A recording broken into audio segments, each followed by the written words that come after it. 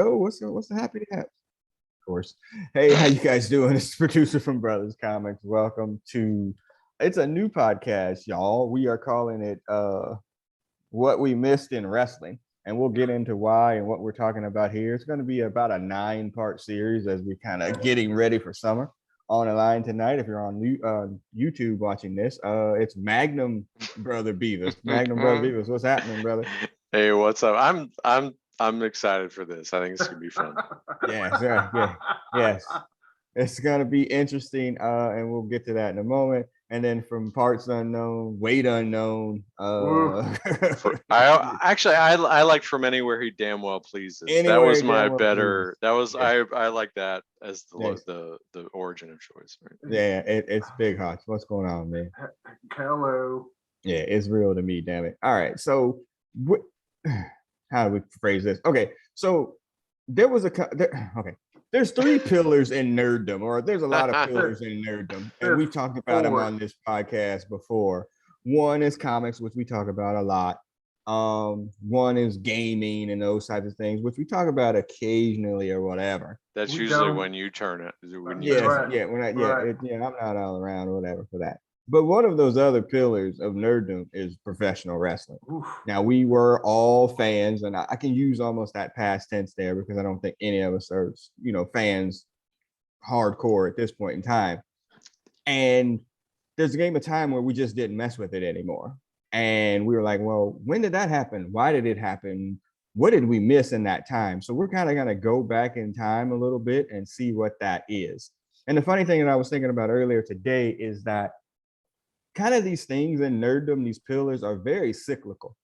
Okay, there was a time, like if you look at the early 90s when comic books were ridiculously hot. Everybody was collecting comic books because it was just like kind of the end thing to do. And then it faded and it kind of went away. Wrestling was stupid hot in the territories in the 80s or whatever. Then Vince bought up everything and it kind of got shitty again until the Monday Night Wars. And now it's been shitty for 20 plus years. So these things kind of go in these cycles, and we were in a pretty hot cycle there for wrestling, kind of when we got in, and then we got away from it as it started to get shitty. So we're going to kind of talk about that a little bit.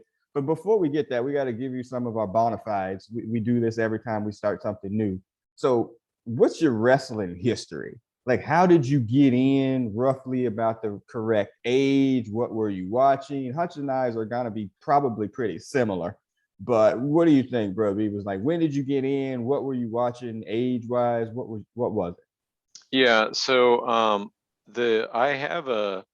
I can remember seeing, like, one of my favorite wrestlers, or my favorite tag team to begin with, was the US Express, Mike Rotunda and Barry Windham. Yeah. And I have to assume I saw it in real time, but I distinctly remember seeing Hogan's win over the Iron Sheik as he came in WWF. So for whatever reason, I think I started watching wrestling in '84 and WWF, and I think we've had this conversation before. I think I've been branded as a converted WWF fan. And my rebuttal to that was, like, I just wasn't bougie like y'all. Like, I didn't have cable in 1984. I had to watch what was on. Yeah. So but yeah, it was really when I met you guys that I got turned on to the WCW, which was far superior. And it's funny for me because, like, I think this podcast series is gonna, in a lot of ways, parallel our comics conversations. Yeah. Because, like, whatever we're doing, it's always, everything becomes a Marvel versus DC. And that's a sort of a split decision. But in this case, even though we're going to focus on WWF tonight, yeah, there's no I don't think we're going to be able to without also talking about WCW. And I think that is a pretty one-sided perspective. Yeah. So I think 84 and then through like 88, although I do remember some of this stuff. But then it was time for these boys to become men and move on to other things, and off we went. Boobies. All right, Hutch. Now we're gonna predate 84 and 83 for sure. there were times when and I would say this was in the 70s, where we were with our aunt Vieta, who was way into wrestling at the time, watching what we now know would be Memphis wrestling with Jerry Lawler, Tommy Rich. My aunt loved Tommy Rich, who was my favorite wrestler at the time because it was my aunt's favorite wrestler. So like we saw like some of that, like I remember Bobo Brazil. Yeah. The Iron, what is it? The Iron, not the Iron Sheik, just the Sheik, I think. People firing to people's faces. Mm-hmm. Yes. I remember some of them characters. Yeah, like the early Great Muta when he first came in with Gary Hart. Like, I mean, these were like, I mean, I don't know what, I don't know. We were just at these people's houses and it was on, and we watched a lot of freaking wrestling in the late 70s, early 80s for sure. Like, it was just a part of Harley Race. Your aunt's really into this. And like, oh, okay. So she was knee deep. Yeah, she was that fan that Cornette talks about that would have hit the dude with the cane. If she was ringside or something like that, she was way into it and hated some of these people that were on the screen, like legitimate hate. For real, real. Yeah. It was real. Yeah, it was her soap opera. Right. You know, so we watched that. And then when we told this story before, you know, Sandman's brother, shout out Sandman, by the way, took us to the Hara Arena to go see a live wrestling match, which Tommy Rich was on the card for that too. You know, we've been in the game for a while, Hutch. I don't want to talk about it, but yes, sir. Yeah. I can remember like before, it had to have been like 6th grade, because after 6th grade was when they revamped the busing schedule and everybody became Catholic in Dayton, Ohio. Because I can remember riding white people became Catholic. Yeah, I can remember riding a bus and like people talking about Tommy Rich. So who's this Tommy? Oh yeah, so like that's another case where some of the stuff that I knew about wrestling was from magazines. Like I don't think I ever saw Tommy Rich and Buzz Sawyer, but I knew that was a thing. It was a thing. Yes, we saw. She hated Buzz Sawyer. Yeah, hated Buzz Sawyer. God, everybody hates Buzz Sawyer. Yeah. I mean, it was. I mean, like I said, I guess it was Memphis. I mean, we saw Lawler dropping the strap, man, probably in 1978 or 79. And it was a hype move then too. Like we were like, oh, he dropped the strap. Oh my God. He's invulnerable. And even WWF, and it might have even been WWF at the time. It was on USA, like at night on certain things, like on maybe Saturday night, Tosh. I'm not sure. I remember seeing Snuka jump off the cage for the first time. Like that happened, whether it was a live or live tape. Like we was like, oh my God, like he just jumped off the cage. Like it was an amazing event. I mean, so even then we were watching this stuff. See, I needed some influence like that in my formative years. No, you did. You needed to hit the books and do what you did. Yeah. Yeah. So I mean, all right. So that's a little bit of our background or whatever. All right. So again, we are in that wrestling heyday, and even though we're going to talk about the Royal Rumble 1989 tonight, our heyday is NWA wrestling from, I would say, you know, when Brother Beavers and I met, so like 84-ish, 83, 84-ish to 88-ish. And I think that was our, like, that just kind of formative years of wrestling. We grew up on that Saturday night show at 6:05 on TBS. We didn't really miss too many worldwide wrestlings Saturday mornings at, you know, I think it was at 11, but it might have been a little bit earlier than that. We didn't miss much. You know, UWF was there for a little bit. Like, this was our time. Clash of the Champions. I mean, these are events that we scheduled our social lives around, which weren't much of. So trying to get like the Starcade VHS or the Great American Bash VHS, because there was no way to see that as a child. Yes, exactly. Yeah. I mean, so that was our schedule, and that was kind of where it was. And then Hutch and I did not have much of a WWF history. Yeah, we saw Snuka do that. I knew Backlund was a champion for a while before the Hogan era. but we didn't really watch any of that. Like, how did you have any WWF memories outside of that? You know, whatever that Monday show that came on, wasn't it? On USA. Yeah, there was. Yeah, it was like half talk show, half jobber matches. Wrestling. Yeah, right. With horrible. Right. Gorilla Monsoon and yeah. That was the era where I think this is across the board. Is like you had to watch a lot of wrestling and hope you saw something decent. Yeah, because a lot of it was enhancement talent and selling the next house show. Yeah. All right. Yeah, Bruno Sammartino. Yep. Yeah. Our history of WWF is just, it's not there. And but them Saturday Night Main Events were the shit. I don't know if you guys saw that. We did. We did. But you know, and one of the first things, you know, to hang out, Brother Beavis and I did, we went to go see WrestleMania 2. Like, because I really wasn't watching WWF, but we were gonna go hang out again, Hara Arena. And we watched it on closed circuit television. There's the infamous "Don't spill that shit on me, boy" from a redneck. This is so. This event is like it's like a year and a half away from that. We're a year and a half removed from the "Don't you spill that shit on me, boy" event. Yes, exactly. Again, Google it. Closed circuit TV. It's not just for monitoring your warehouse, kids. Yeah, think of it as a ring monitor, but with like 1,000 people watching that. Yeah. There you go. All right, so Live Aid on that shit, son. Oh wow. Yeah, exactly. All right, but then, like all things, it stopped. Like there came a hard pivot when we stopped watching this, and that's what we were like. Kind of where this podcast came from was like trying to figure out what event precipitated the stoppage. And then kind of what we missed when we were like, you know what, like I'm out, like I'm completely out. Okay, so Hutch. So you were out technically first because you graduated. I did. Okay, so were you out like after you graduated, except when you came home, or right? I was completely? Right. Between 86 and probably 89. I probably saw about maybe 10 hours of television. So I mean, right, I was completely out. I was right. I didn't know nothing about WrestleManias. I didn't know nothing about unless I was home for whatever. But yeah, I didn't watch none of that stuff. But yes, alcohol, women, those things took over.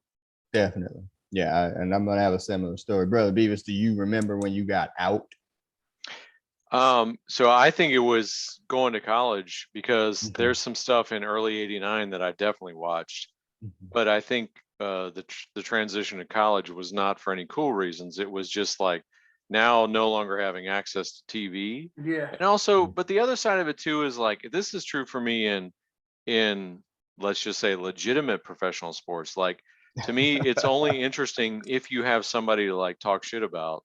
With talk another friend or fan to talk about it with, and when you lose that, like it becomes less interesting. Like I like hockey a lot, but I don't really have any hockey fans that I'm in constant contact with, so I don't really watch hockey anymore. I don't really care about it.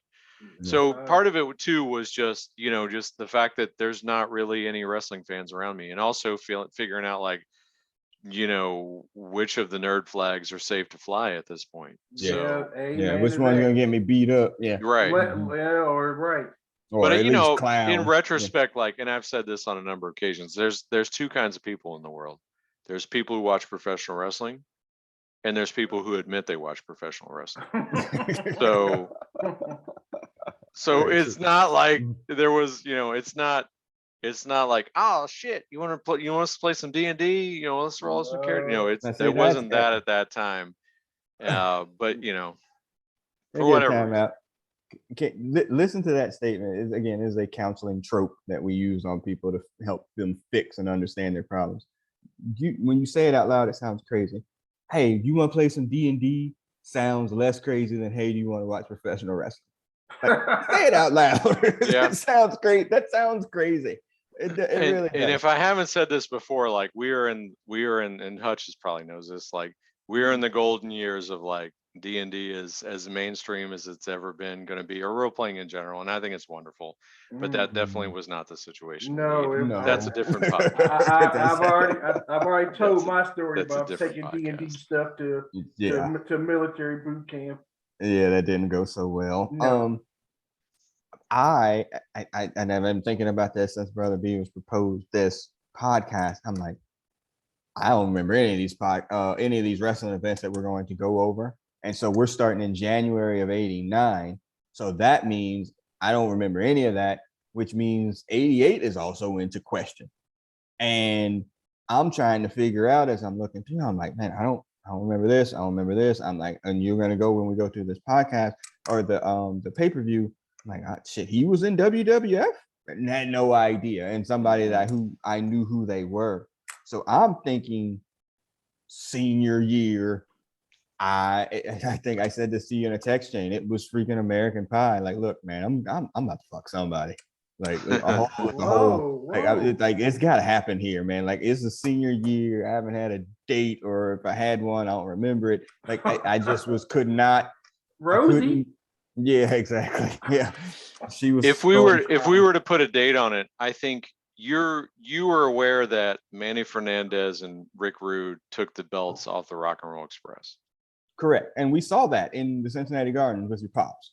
We saw them have. We didn't see the title change. We saw them get. No, we saw them. Get screwed out. The babyface. So I think that's probably so. That's like mid '88. I think that's when you're out for sure. Okay, yeah, maybe that's what it was. And I think Rock and Roll leaves shortly after that as well. Yeah. Okay, and Rude and well, I think Robert Gibson left first. Okay. For real? So.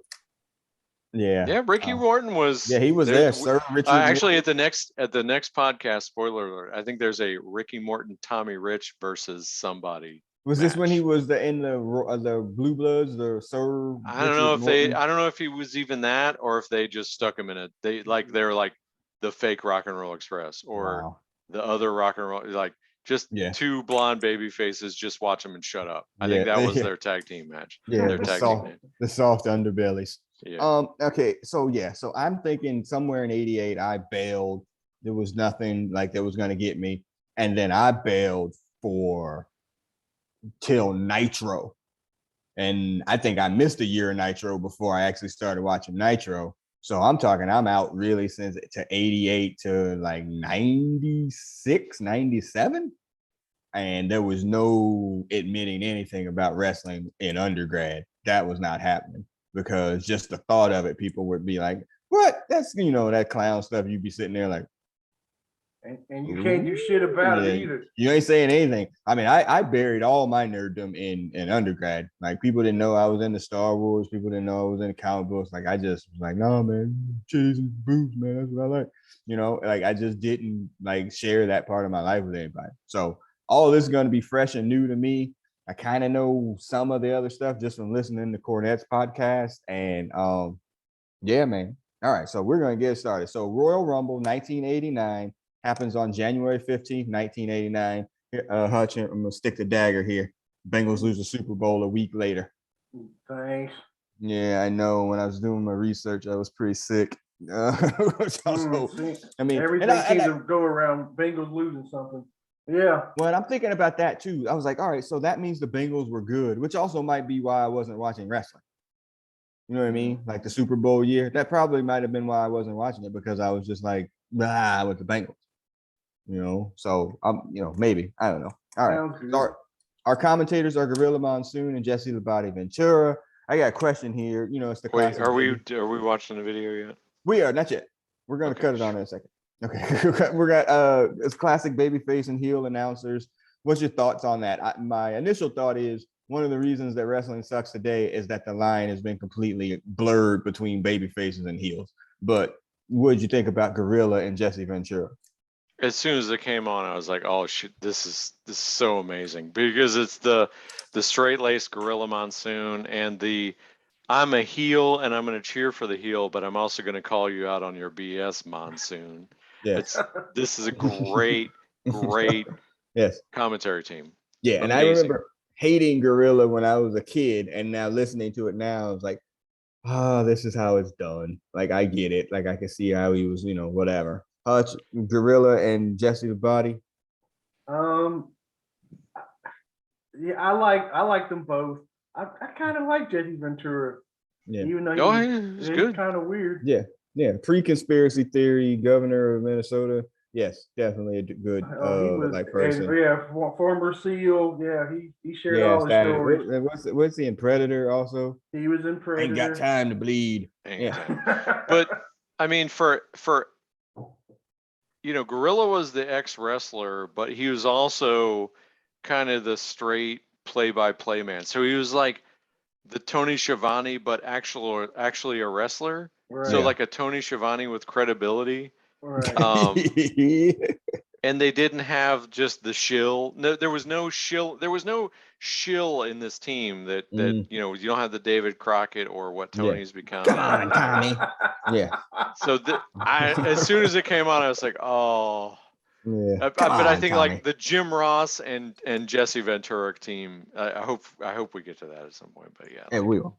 Okay. Yeah. So the commentary was the strength of this I show. agree for sure. Because there's only 4 matches on this show. And it takes so long because it's the Royal Rumble, 30 participants, and we'll get to that part later. We're going to do one like watch along. We're not going to watch it with you on the YouTubes because it'll get flagged, and WWF is pretty good about blocking everything. So we're going to go through the first match, which is 2 out of 3 falls. Now, by the way, as you're listening to this, we're going to play a game called RIP. That's yeah, awful. So, I didn't sign up on this. Yeah, it is a bad game. It's called RIP because there are so many of these wrestlers who are no longer with us. So each time one of them comes up, I will give you the RIP and the year it was an RIP. Man, and there are several of them, many more than I initially I was like, because some of them we just know, but then other people I was like, damn, him too. But then there's a couple of surprises when we get to the Royal Rumble. I was like, that are still alive, I hope. Yeah, on the other side, yeah, I'm like, that nigga's still alive. God damn. All right. So it's a 2 out of 3 falls match with the Rougeau brothers and Dino Bravo, RIP 93. And versus oh, geez. We saw that dark side of the ring. Yes, versus the Hart Foundation, which is Bret Hart and Jim Neidhart, RIP 2017. And Hacksaw Jim Duggan, who tried to RIP last year. He tried really hard, but he's still with us at this point. Okay, before we get into the press play part of this, I got 3 side brother topics. One, I don't think we realized how good Bret Hart was because we didn't watch WWE. No, like not. Completely underrated for us, not anybody else, but like because we didn't watch WWE. But when I go back and watch his shit, I'm like, that is the excellence of execution. I mean, we were watching. I remember watching the Dynamite Kid and the British Bulldog versus the Hart Foundation on those Saturday night shows, I think, or whatever. Right. And I was like, well, I hated the Hart Foundation because I liked the British Bulldog. Babyface. Right. So, but their matches, I mean, they're all the shit they were doing was crazy, and it was done well. Yeah, I just don't. Maybe it was because like when he was in a tag team, it was just half of him. But like when you go back and watch his single stuff, man, dude is just amazing. He's amazing. So yeah. Well, because the single scene was so dominated by Hogan. And these dudes, and muscle like bound idiots. Like all the working was constrained to the tag team division. Right. That was one. Number 2, we're on the road to cartoon Jim Duggan here. We haven't quite gotten there yet. So we're here. No, we're not fully at Ho every single time, but it's getting there. But okay, so we mentioned the UWF from before, but wrestling background stuff. That was what was that dude's name that ran that one? Bill Watts. That was the evolution of Mid-South. Yes. The rebranding of Mid-South after the And it came on Saturday mornings, and we saw it. And much like the Pride of the X-Men, it was like, oh, this is on? What is this? And it was like such a new thing. It was people that we hadn't really seen before or hadn't seen in a while. Wow, Duggan was really the champion. Like him and Dr. Death were kind of like the top 2 baby faces there. Ted DiBiase was there. Chris Adams, like Terry Taylor, like they had a freaking squad. But and they actually ran like angles and had legitimate matches on TV. Not every time, but if they would have them and also replay like from some other event, they would play like the main event storyline matches on TV. Yeah, and Jim Ross was the main commentator there, who's great then too. And and it was like it was something like, man, we were great. We were like this, but then people just started disappearing. And this is like Vince buying up everything at that point. And WCW tries to kind of compete with him and winds up, Watts sells UWF to them, and some people make it over. No, WCW bought WCW. JCP absorbed UWF. Okay. And they took half the talent, and then Vince poached the other half. Okay. And so JCP squashed the half that they acquired. Yes, they did. And Vince turned his half into clowns. Yeah. Yeah. And we get $1 Million Man goes over. Terry Taylor becomes the Red Rooster, awful gimmick. The sheep herders. Coming off like bushwhackers. The bushwhackers coming off a barbed wire cage match with the Fantastics are the sheep herders. Like total baby face. Awful. Licking kids in the face. Yeah. No teeth. Bad. Yeah, it was bad. Just a bad run. And so Duggan makes his way over there too. Duggan, longtime UW Mid-South heel, who we knew as like monster UWF babyface, chased Terry Gordy before finally beating, I think, the one-man gang for the title. Mm-hmm. Yep. And then suddenly is ham and egg. What was this shit? Ham and eggs or ham and eggers? Yeah, ham and eggs. Yeah, he was really good in UWF when we saw him. So he's in this 6-man tag. So that was my second brother topic. And the third, we get managers. Jimmy Hart is here. But to add on to your number 2, like to see his intro, he is so over with this crowd. The crowd goes insane for him when he comes out. Yes. Okay. And I forgot to mention this at the top, and I had it at my notes. Okay, so if you listen to any of our other podcasts, whenever the name Hulk Hogan comes up, we naturally say fuck Hulk Hogan. So we're just gonna give a big global fuck Hulk Hogan because his name's gonna come up a lot here. Everything's a wrestling term. Everything's a wrestling term, and his name literally is going to come up an enormous amount of times when we get to the Royal Rumble. So anyway, Jimmy Hart's there. We remember Jimmy Hart from watching Mid-South with our Aunt Vieta. Like he was there then too. Right, and he was ageless. I mean, he's essentially still looks the same now. It's just so weird. He's been the same character for 50 years. Yep. So So managers and in no time when I watched WWF did I ever really like Jimmy Hart and Bobby the Brain never resonated with me. And when I rewatched this, I was like, damn, I slept on missed that part. Yeah. These guys are both great at what they do. Yep. All right. So we're gonna hit this watch along here, but not on Hutch's share screen. We're just kind of gonna watch it off to the side. Yeah. And hopefully you can still see us while we're going. So we're at approximately. Oh, what happened? That was me. We're at approximately what time?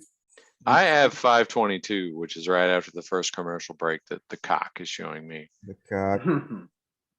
Okay. Just about there. This show is sponsored by nobody. Oh yeah. Yeah, and here we go. So on your ready, 3, 2, 1, 3, 2, 1, and we're gonna just watch this match here. The hilarious part of this is this is the nice to drag the flag through the ring. This is the jingoist nationalism. Yes. Well, isn't this also we're Gulf War here, right? No, it's 89. 89. Yes, yeah, we got another. But it's like you got your American hero with I think at least one. I think Jim Neidhart was billed from Las Vegas or something like that. So at least one Canadian. Yeah, right. One Canuck against other Canadians. So our hated foes, the Canadians. Hey, they got their cigarette prices are. Oh, what is this? He's filleting them in the corner with these, the glasses. Very nice. By the way, Jim Neidhart's daughter Natalia is a wrestler in Yeah. WWE. Off topic, she could get it. So what I was thinking about the Hart Foundation, one of the things I like about them is like that there is a big man and then a worker. And I was trying to think, are there like other tag teams that have that? Like the Bulldogs had that, right? Like Davey Boy Smith was the big man. And he just kept getting bigger and bigger. And he kept getting bigger, Yeah. So we're in the first part of the match, and it's Neidhart and Bravo. Yes, and the two big guys. Also Bravo, Dark Side of the Ring. Yes, and basically just posturing, peacocking. And the Rougeaus, they're decent. This is a decent heel tag team. Yeah, and it sounds like from watching Dark Side of the Ring and other things, they were French Canadian assholes. So which may be an oxymoron. It's just kind of this. Nuts, man. They care. By the way, 15,000 people here at this Royal Rumble. Not a bad number. I don't know what the paid crowd is in the paper group, but we're currently in a shoulder tackle face-off between Bravo and Neidhart. Such a wrestling move. It's a terrible clothesline. Yeah, it was. Well, he did the up and over first of all. Oh yeah. Oh, now here we go. Probably a couple seconds, but Duggan's in. Oh. Showboating. Yeah. This was not the Duggan we knew. This was the confusing part, was because like anytime anyone went to the WWF, it was a different dimension. Oh shit, they got Duggan. I love that. Wait, who is this? What? Yeah, got the gimmick. The Red Rooster part, man. Yeah, we'll come up when we get to the Royal Rumble. Yeah. So this first fall is pretty much trash, and then it gets better. But this is not the Dark Side of the Ring Rougeau. He has not exposed himself for commentary. Not that we know. Yeah, and this the other thing I noticed was like all the Duggan slams. I don't know if this is Duggan or the Rougeaus, but it's always foot first and then the back. I don't know if they didn't want to take the bump or he just sucks at giving body slams. Like clearly I don't have that level of knowledge. But all right, now we have Bret Hart. Yes. I mean, and again, you see it a little bit here, but I mean, it's just everything is so tight. Like his up and over is like an inch over his back. It's just like he's always snug and in tight with every single move on these guys. And the pace of the match right now, like we had all this big man posturing, and now it's just work. Yeah, for so much of his career, Bret Hart was just buried like everybody else under Hogan. And And it's different business though at that point in time, especially there. Vince wanted, nothing but these freaking muscle bound idiots. So I mean, that's what it was. He just did the Larry by himself, but their finisher was great too. The Neidhart would hold him up, and then Bret would finish him off. They were great. Yeah, I can't remember what turned. I guess they had been with Jimmy Hart for a long time, and I don't know what specifically turned them face, but they split with Jimmy Hart. Oh, this is the weird part of this match. Yeah, there's this whole train going on where they're just all ramming each other. Welcome to professional wrestling. Yeah. 1989. You want to spot in this business? Yeah. Oh. Yeah. Bret Hart loves America. And I mean, and again, look at the crowd and look at all the kids. Another thing that's kind of missing from wrestling now, where wrestling is a bunch of, we're not calling them middle age because that's not us, but like a bunch of, 20 to 30-year-olds who just, care about it. It's not, at least AEW is, I think WWE is now for children too, but, it's been missed that this was, a sport technically made for children. That's a great side slam. And again, you see, compared to current wrestling. And this is a great sequence because he takes the bump over the manager fucks him with the bump. Then Bravo gets the big hit. double Yeah. team finish. 2, 3. And again, by the way, that's the New Breed's move that they just stole. Oh yeah. Maybe that's The why I nuts. stopped What was watching it called? wrestling. The nuts. Did they call it the nutsack? The nutsack. Yeah.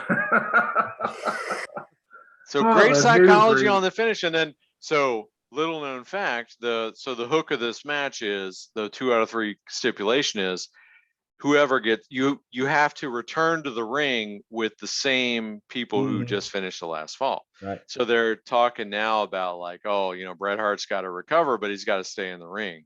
And so now we have this stretch of like, how's he gonna make the second fall is the Yes. Bret Hart show. How is he going to survive this? right? Yes. Does he have the intestinal fortitude to So take the he fast whooping? doesn't bump it the same way, but this is the Ricky Morton period, let's just say. Oh yes, for sure. But he can sell too. Oh yeah, he's again, great at selling. and they're just using. They probably haven't been working as baby faces for too long in and of itself. But look how the moves are all crisp and laid in too. Like that's so much different than again AEW now. Yeah, and sell a suplex and a back elbow strike. Yeah, and not to sound like Cornette. Nobody's on the floor. There's no gimmicks. The there's one no bump tables or over the anything. rope was what led to the first fall. Correct. It made sense. Yeah, this Look at is that. great. Oh my God, that's an incredible bump. But at the same time, like these are clearly not finishers, so all the 2 counts make sense. Yeah. Like, yeah, you can give me this vicious atomic drop and cover me, but I'm not getting pinned on an atomic drop. So it's a credible 2 count. If you it's run not 12, if you get a roll 12.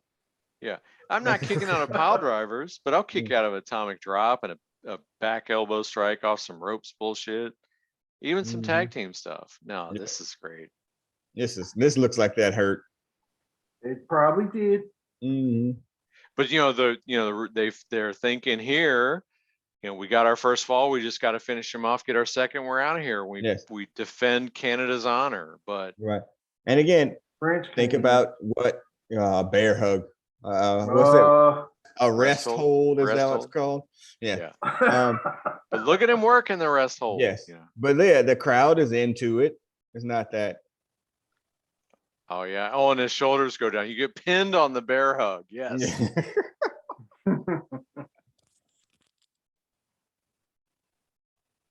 Yeah, this is and I think the other part of this too is like, this is not what you saw.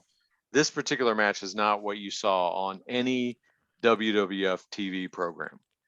And that was the frustration, is like there were people that were capable of having good matches that would have good matches on pay-per-views or premium live events. But you never saw that unless you paid for it. So. And again, the idea of hot tag. And again, we never knew any of these terms back then. We weren't smart fans. And when we go back and watch it now after listening to Cornette and knowing what we know now, like I don't think it actually even makes it any less interesting. It's actually like, oh, now I know what this is. And you see why the psychology of matches is so important, because that's what gets you to care. And if you don't have a person that you can root against or root for, it's just dumb. Like, it's just bullshit. It's just dudes doing fake maneuvers. You have to be able to have that ability to suspend disbelief, which is pretty much lost nowadays.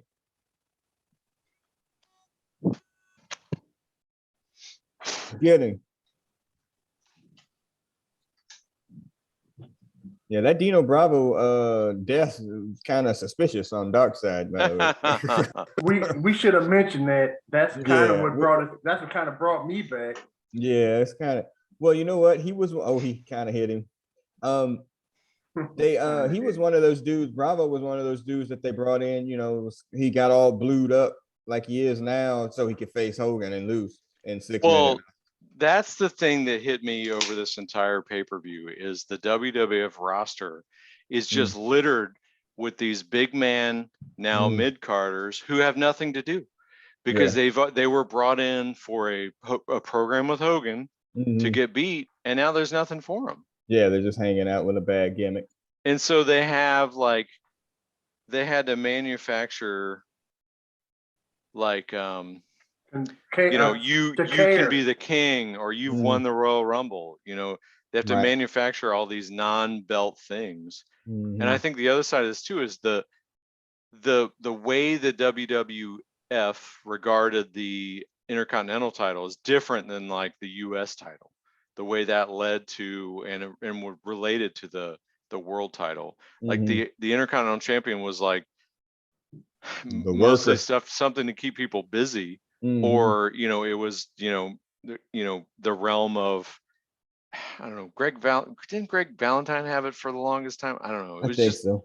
It was just a title somewhere down the line, but it wasn't necessarily related to the abdominal stretch, rest hold. Yep. And I always love the cheat on the yeah. abdominal. Yeah, I mean, I love it. It's just classic wrestling, you know, classic tag team wrestling. Classic. Never you quit, never. No one ever given up the abdominal stretch. No. Even the mess up the Moki. Come on. They didn't either. He was just, I mean, and look at Hart. Like, I mean, he's way into this match and doing what he does. Again, he hadn't become Hogan's shield and annoying completely at this point. The whole who Hart? Yes. Yeah. Not yet. I think then they all in the background hating. The Larry Zbyszko Sabat kick. Oh, nice. No, Hulk Hogan or Jimmy Hart's one of the Hulk Hogan guy. Like they're. Oh well, yeah. Like pretty much wherever he went. Yeah, he's like his business manager, but yeah, wherever he went, he was there at this point. No.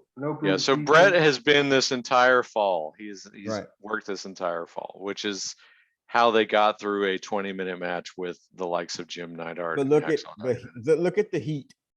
Yeah, that they've got on him. Oh yeah, the Rougeos are great for this. They are awesome heels. Yes. Y'all might want to explain some of these terms because I don't know them like y'all know them. Okay. Like what? Heels? Well, I know heels. Heat. It's when the baby faces are beating up on the or heels are beating up on the baby faces. They're building up the crowd so they pop, so they blow for this when the baby face makes his comeback. Uh-huh. Oh, this is a hot tag. Oh, I was doing push-ups. There's a ham and eggs. Sleeping in the snow.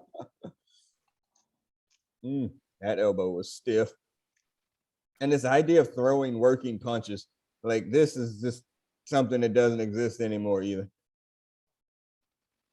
This is all. Isn't that a shitty slam? Yeah. And then Neidhart, not legal, gets thrown in. Yeah. Why are we counting this? Why are we counting this? Whatever. Bret Hart comes in, also not legal, gets thrown too far and lands on his neck. Why are we? Oh, recognizes he's not the legal man, and Hacksaw finishes him off. Well, it's a cheap barely elbow. Gets it in. Oh, was that a 2? Oh yeah, it was a 3 count. All right, so that's second fall. Fall 2. Look at Bravo. I don't believe it. I don't believe it. Howard Finkel. Yeah, the Fink.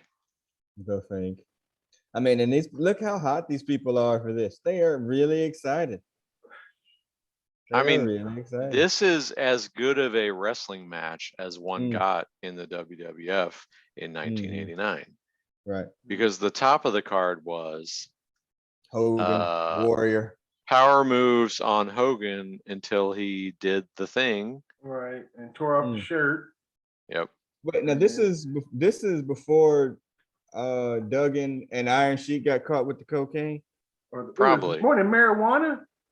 I think it was cocaine or both. Yeah, I'm probably right. You're not right. It's not like they haven't opened up that gate before. Upper and a downer. I think is this Ramon or Jacques? Ramon. Flip a coin. Oh. The 10 punches. Look at, I mean, those are real looking punches. Yes. Yeah. And I think Duggan did everything for real. Duggan's WWF card is like punch. Shitty punch, shitty slam, clothesline. I don't even know what his finish was. His finisher the spear still? I think so. Pin on 9 or 10. Yeah. Now he can sell. They're gonna do the Andre tie up in the ropes here. I think so. No. I mean, Jesse's great in this. Oh. Yeah, this is good stuff. Oh my gosh, that's so bad. No, that's not gay at all.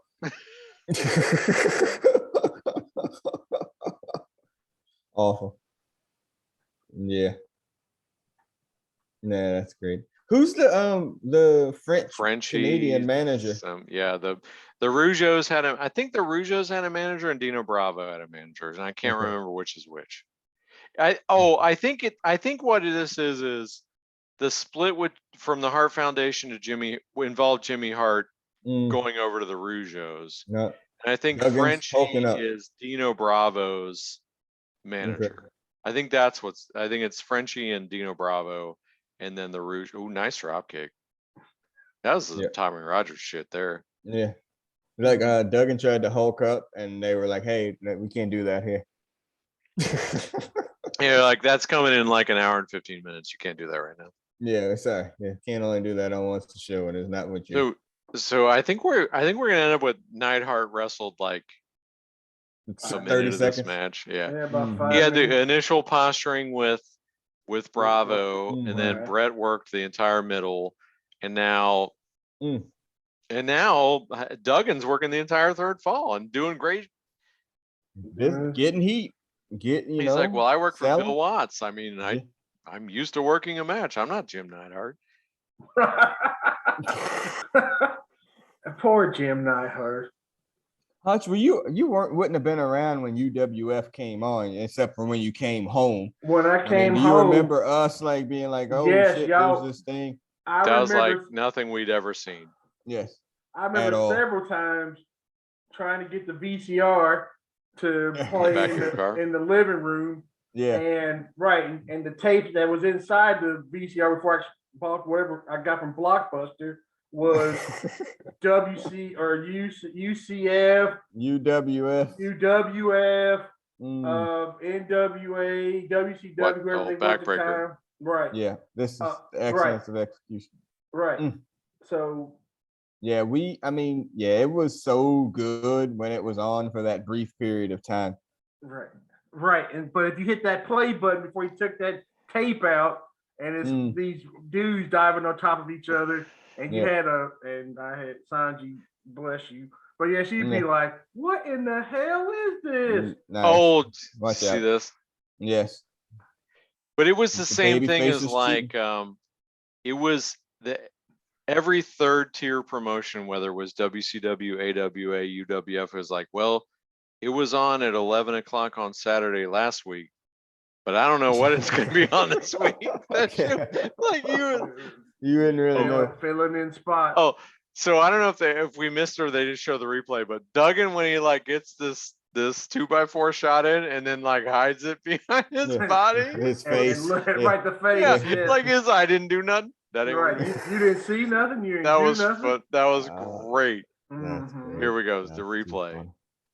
So we have a rollover into the ropes. Yeah, and baby Bravo foils the roll up, and then the 2x4, and then his standing at attention. Yes. No 2x4 here. This is phenomenal. So the whole time, like Ventura's laying into Jim Ross, like, "Oh, that's fair," and so that's this whole thing, and Gorilla's trying to defend it. And Jim Ross and Jesse Ventura is just going after him, and that's like one of like a solid, 4 to 6 times in this where it's like this blatant babyface cheating that Gorilla just tries to cover up, and Jesse just makes a pass for it. It's great. Yeah. So that's really the only match on here that's worth anything. As we stop the share here, so we're going to get into the rest of the matches. And events, right? And events, yeah. Holy crap! Match 2. After that match, it's followed up by the women's WWF women's title shot, Rockin' Robin. Was that or the superposed down?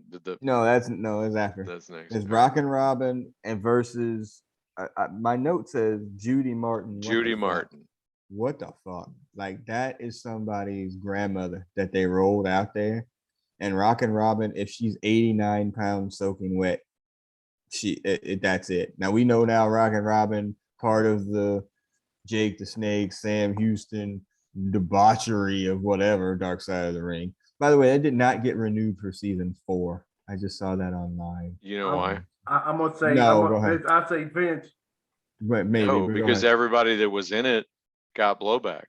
So Flair got canceled. Jim Ross came out and was like, I got misquoted. So everybody started being like, oh shit, that's not what I meant to say. Right. You know. So they should blow it out anyway. To me, honestly, I follow the nefarious path. Yeah, me too. I want to see the dirt. No, it's a combination of really they sort of mind the well, and also because they started getting blowback from some of the stories. Because like you can tell the Chris Benoit story, and nobody's gonna be like, "Man, that was unfair." Yeah. But like the plane ride from hell. Mm-hmm. Tommy Dreamer got suspended from his show. Jim Ross was portrayed as an ignorant, just as a doofus, dumbass. We'll turn a blind eye to obviously bad things happening. I pulled a cornet on this match. I barely watched it. It was tough to watch because obviously women's wrestling has evolved a lot since then. Not that I watched a lot of wrestling. Oh well, I'm gonna go on a minor rant here. WWF's women division at the top: Flair, Bianca Belair, Becky Lynch, the chick that was in The Mandalorian. I can't remember her name right now. Sasha Banks. Like that crew. Rhea Ripley, like those people are really good wrestlers that can put on really good wrestling matches. Underneath that, and that new lady that they got in there with all the great nicknames, Nikita Lyons. Nikita Lyons, yeah, those are some of the greatest nicknames of all times for her. Yam Bigelow. Yam Bigelow. Vicky Steamboat. All right. Anyway, but yes. So this was bad. Sherry Martel does show up. R.I.P. 2007. She does show up. Gives like a terrible freaking heel promo in the ring. The in-ring part was awful. Yes, awful. But outside the ring, oh yeah. Her once she got on commentary and off camera, she was great. Yeah, and Sherry's great. I mean, she was great. Like she was good at being a manager. She was good at being annoying, freaking toady heel. Like she was great at everything, man. Like I was a big fan of Sherry Martel. So this was a well-worked match. It's just that Rockin' Robin's very small. Yeah. Judy Martin is nobody anybody knows. Abuela. Yeah. So it just there was no reason to watch it. And from your notes, it says like I think the WWF title went away for many years after this match. Like they didn't even have a ladies division championship. This was allegedly the last women's championship match on a pay-per-view, and Robin left the company in '89, and they deactivated the title in '90, and it remained vacant until '93 with Alundra Blaze. Yep, I saw that too. And she won a tournament, which is so many WWF title changes. Nice. Oh, look at that. Wait, hold up. Hold on. All right, so if you're on YouTube, where the hell did you find that? You can do some deep mining, sir. That's fair. I googled panda murdering a peacock and had more results than I could find.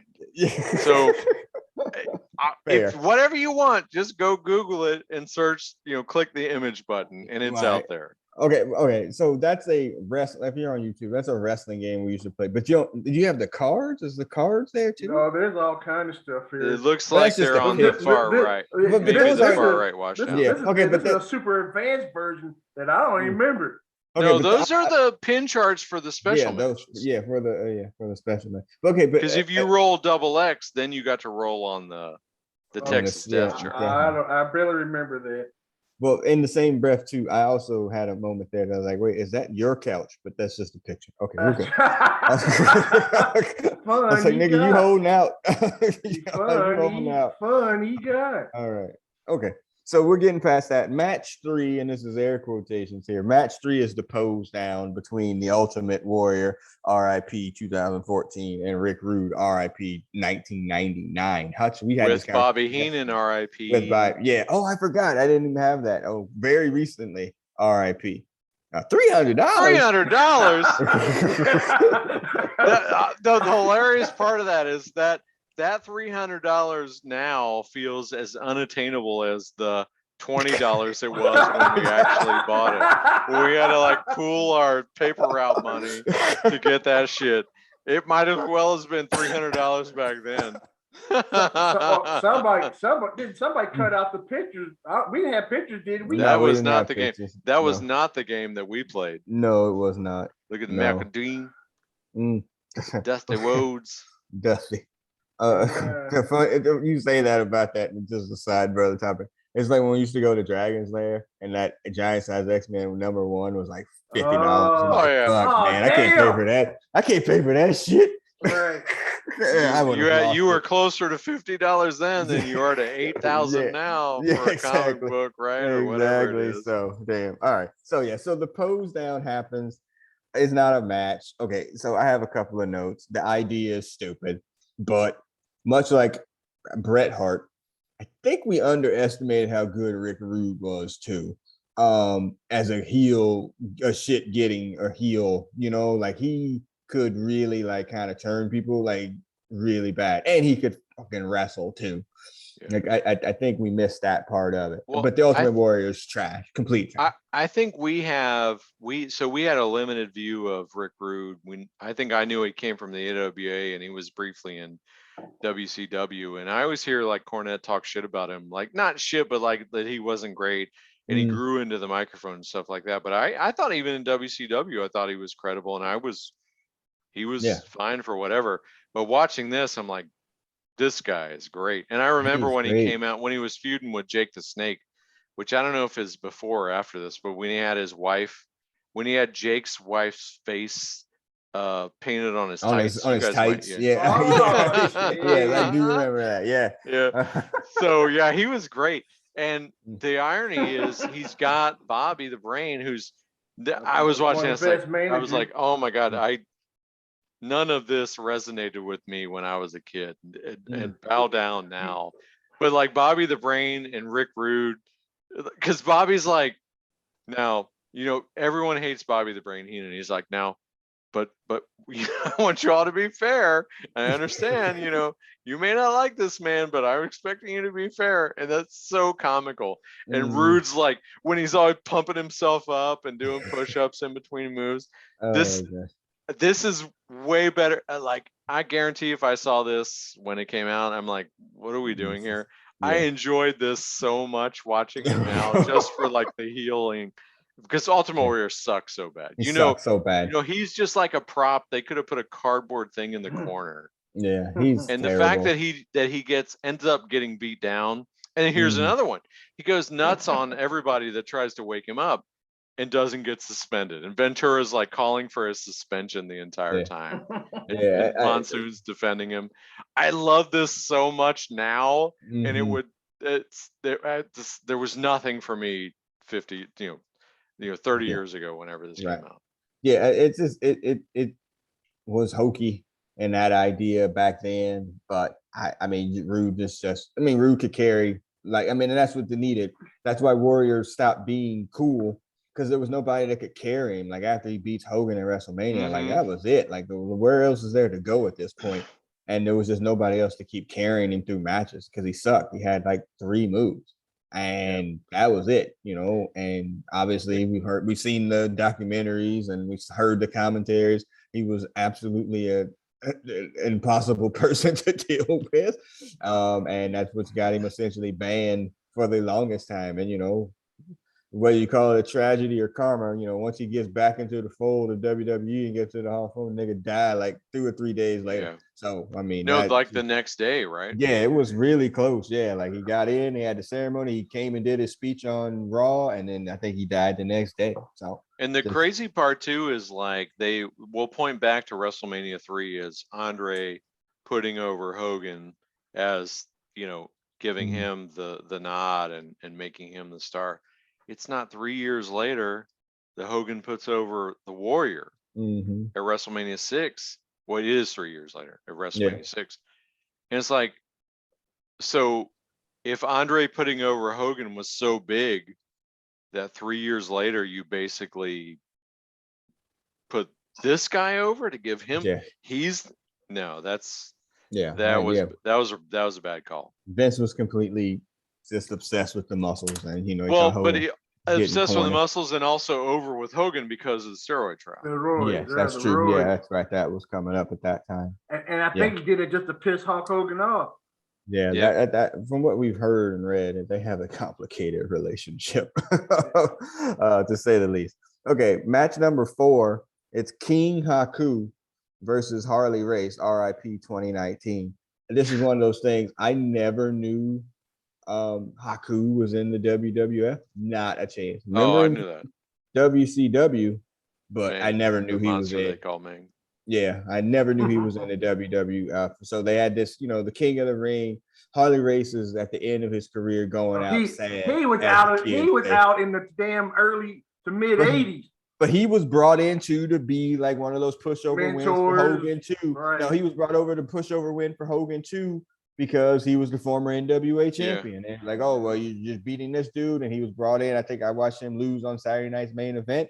Like, it was just that. Oh, that's right. Yeah. He did come in there like he was all this and all that. So the progression here was they brought in Harley for exactly the reasons you said. They made him the first King of the Ring to give him some, to elevate him to Hogan's stature. And then he got hurt. I think so. He took a table bump and had a hernia and had to have surgery. And then somewhere in that, then Haku, for whatever reason, became the king. And then this is the playback of this. This is a fine match that the crowd has no interest in. Yes. Yeah. And I still don't get Harley Race. But he kicks the shit out of Haku the entire time and then gets kicked in the face and he's out. Yeah, they lay it in pretty thick on this match. Yeah. This is a stiff fucking. This is a great match. But like Harley Race is boring as fuck to me, as always. And Harley Race was the freaking boogeyman when we were growing up. They kept talking about him. He's like, time, whatever time it was. Like he was the boogeyman. Like he was like, oh no, he's gonna wrestle Harley Race in St. Louis, and you just didn't like fuck with Harley Race. It was Baltimore, and when you find, because we didn't really get a chance to see him because he wasn't really wrestling, out of NWA or whatever. You would catch like a replay of like his match against somebody or whatever. Right. But it was, that's weird. But at this point, I mean, he's completely washed or whatever. But the King of the Ring was another one of these tools to elevate somebody to get into a program with Hogan. Right. To lose. And then they're stuck. Then. Right. Yeah. I made a bunch of money because I toured around with Hogan, but now I'm like, where am I supposed to go here? Like Paul Orndorff. And a lot of times, they would go through these things and they would rotate, and you'd find them back in WCW a few months later. It's just what it was. There was nothing else for them to do. All right, let's get into the main event, which is the actual Royal Rumble. My note on here says, hold on a second. Can I jump in real quick? Sure. At this time, this is the second Royal Rumble. Like that to me, this is like, there's always been Royal Rumbles, but this is the time where like this is the second and the first on pay-per-view. Right. And again, we're like 2 years. This is we're WrestleMania 3. This is like the formative years of pay-per-view. And the one thing I think we're gonna see is like the orchestrated WWF events kind of mean more. Like for the WCW pay-per-views that we get into, it was just a title to an event. Right. But with the WWF, the idea of the Royal Rumble, the Survivor Series, WrestleMania, or the King of the Ring, those were sort of enduring concepts, and they kind of made the outcomes of those a little more relevant than I think in some cases. We had Starrcade and the Great American Bash were the big events, but those were just the names of events that happened to happen. The outcome of the Royal Rumble, the outcome of the Survivor Series, the outcome of King of the Ring, those were a little more significant from a WWF perspective. So. Yeah, building towards something else. But again, it was just this sort of false, false push false shine we could put on somebody, right? Because we're about to feed him to Hogan. Yeah. Right. Yeah, I hear what you're saying. Here's a note that I had here on one. There's two questions. One, do you like battle royals? But then two, doesn't this seem like a ripoff of War Games? Just a long version of it minus the cage. When did War Games come out? War Games would have been when we were watching wrestling. Yeah, so that's true. Like 86, 87. Yeah. So it seems like oh, okay, we're gonna have this, but more people. We're gonna take the cage in, but we're gonna have timed entries. Yeah, that's fair. That's fair for sure. Yeah. So I just kind of was thinking about that. But how do you feel about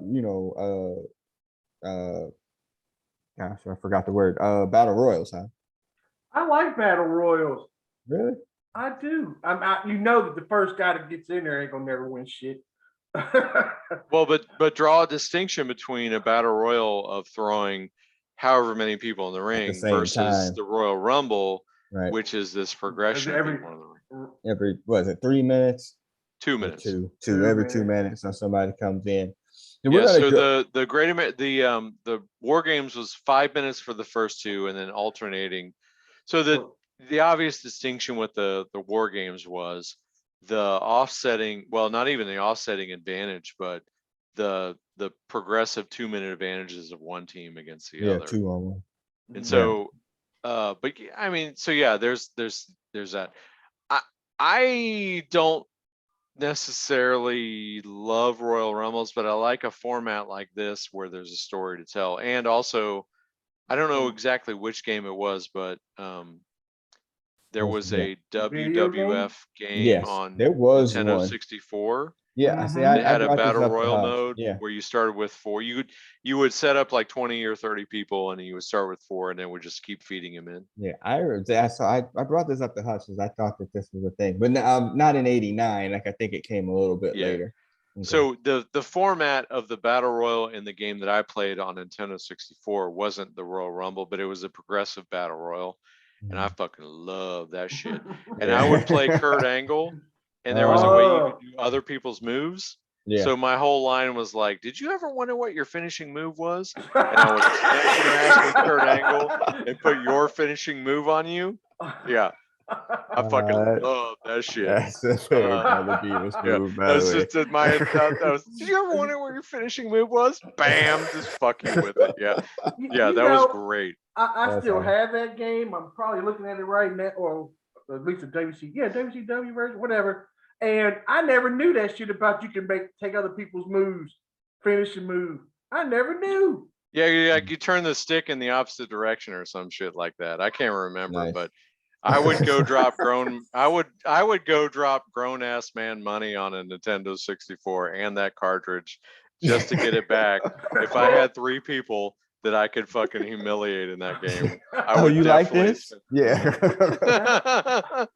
I haven't played it in a while, but all right. Oh yeah. So let's look at. Go ahead. I was just saying, is this wrestling game? What is that? Oh shit! I'd be like Chappelle with the Make-A-Wish kid. Yeah, yeah, exactly.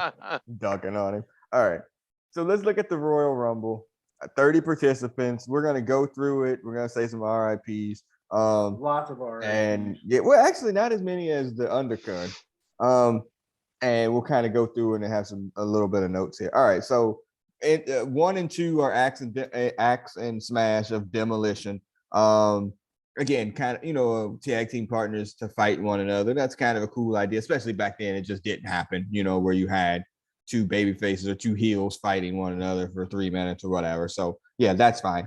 And then the third they kept saying like, it's every man for himself. And so, there are tag teams where you would be like, y'all should just stand there for 2 minutes. But yeah, X and Smash, Didn't care. who the obvious Road Warrior ripoffs, obvious. To their credit, lay into each other. And I'm watching them like, these pandas are covered with glitter and like have sapphire in their britches. Yes. These are the Road Warriors. Yeah. And it's Crusher Khrushchev. I was about to say, yeah, we see you, some other dude. Yeah, no, yeah, bad. Okay. Yeah. Okay, that's your WWF Road Warriors. All right. Yeah, they're awful. That third entrance is Andre the Giant, RIP 93. I never got the appeal of Andre. Like, I understand people like, oh, he's a giant or whatever, but I never got the appeal. Like, it just never made any sense to me. Like, he's big. Okay. There's a documentary out there that I watch where, they make it clear, like, Japan and early Andre, where he actually worked with people and had matches, is different from a lot of what we know, which is the sort of territory feature Andre to come in and be an attraction, but never have anything and never needed the belt. And now we're in heel turn, post Hogan heel turn, which is really his downfall. And that's the worst part of his story, which is like, he was always at least loved, and now it's just, he went dark. It's awful. But if you watch any of the build up to this, they do a package because Bobby Heenan managed 80% of the WWF roster at this point. And so they do a package with Andre and the Brainbusters, aka the Two Horsemen. Yes. And so the Arn and Tully give their little spiel. It's very like prototypical JCP promos. And then Andre's like, I don't care, everybody, never won. And then like they give him like this side eye, and then they like Arn whispers in Tully's ear, and they start plotting like, hey, if this panda turns on us, we about to go after this. Like they're starting to plot out like how to take out the knees and the elbows. Oh my gosh, that's great. Oh yeah, I never got the appeal of Andre though. No, I'm like, I'll get it. He was an attraction, and then when he became a heel, it was to his detriment. And when and you can see this is the worst. I'm like, we're very clearly seeing broke down Andre at this point. I was gonna say because this was like, he works the entire time. He's like pinned up in the corner or leaned against the ropes. It's awful. This is five stakes Andre too. Like, he's so much bigger than he was even like just 2 years before. All right. Number 4 to enter is Mr. Perfect, Kurt Hennig, RIP. Shit, wait a minute, I don't have the date. But he did. Rick Rude, I think. Yeah, he did though. 90. He was he's after Rude, because remember he was a part of the 94. I Hate Rap group. The I Hate Rap group in on Nitro. What were they? Goddamn, what were they called? I can't remember too. They're like West Texas Outlaws. Yeah, some dumb shit like that. But yeah, I don't think we underrated Kurt Hennig. Like, I think we always knew he was good. But yeah, I mean, Kurt Hennig was amazing. Just an amazing. He died February 10th, 2003. Was he AWA champion or no? I think he had it very briefly. Yeah, very briefly before he kind of split off on the Vince, like, because he was more known for him and Magnum Scott Hall were the tag team champions, as I recall. Yep. But I mean, if you got the AWA championship and your name wasn't Gagne, Bockwinkel, or Blackwell, or Zbyszko, Zbyszko might have had a run, maybe. Yeah. That winning the AWA championship, if you're not one of those people, is an accomplishment. So Kurt Hennig was, and to see him in this match, so lean, he really was like in the Mr. shape, and the Mr. Perfect character was great. This was one of the few where it's like, oh, okay, like, the gimmick worked. Yeah, Yeah, I remember the vignettes or whatever, hitting home runs, Yeah. shooting 3-pointers and all that Hole shit. in Like it ones, really yeah. worked. Yeah. I mean, it really did work. So yeah. Yeah, he's a great heel too. Entering number 5, Oh, rugged. rugged Ronnie Garvin. God damn. He's still with us? He is still with us. Okay, so this hurt. Okay, so we talked about our heyday or whatever from 84, 85 to 88. Like Ronnie Garvin, we saw, again, not knowing then, we saw his ascension from mid-carder to main eventer to, stop hitting me, damn it, to winning the world championship. He wasn't ready for it. We've heard those stories now that it was just not a great idea to have somebody essentially who couldn't talk, what Cornette called him, fucking Barney Rubble. So it didn't work. But I mean, he was a great worker. The hands of stone, smacking people all over the place, turning monkeys into it was actually bleeding, weren't they? Yeah, I mean, Flair too, with all them chops. I mean, they worked hard. And so to see him go there, he's rugged Ronnie Garvin there. He hadn't turned into the referee, I think, what happened a few years later. And he's not long for this freaking thing, too. He gets eliminated by Andre. Now, he's in it for a very short period of time.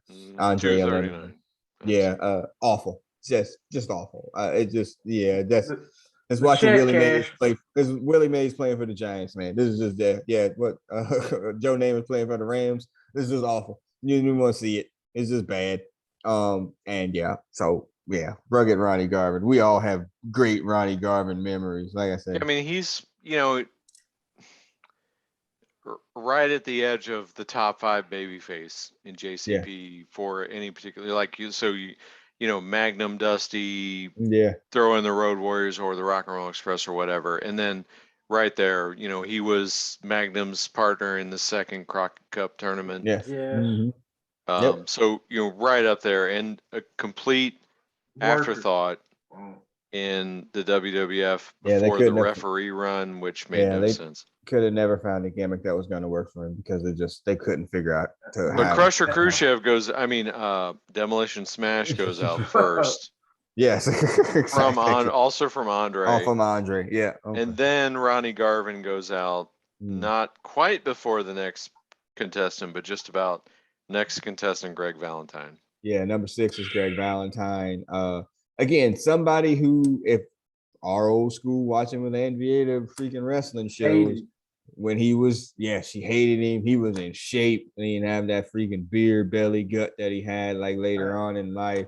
He worked stiff as fuck too, man. Like he would lay into folks like hard, man. Like that's not the WWE version. Go ahead.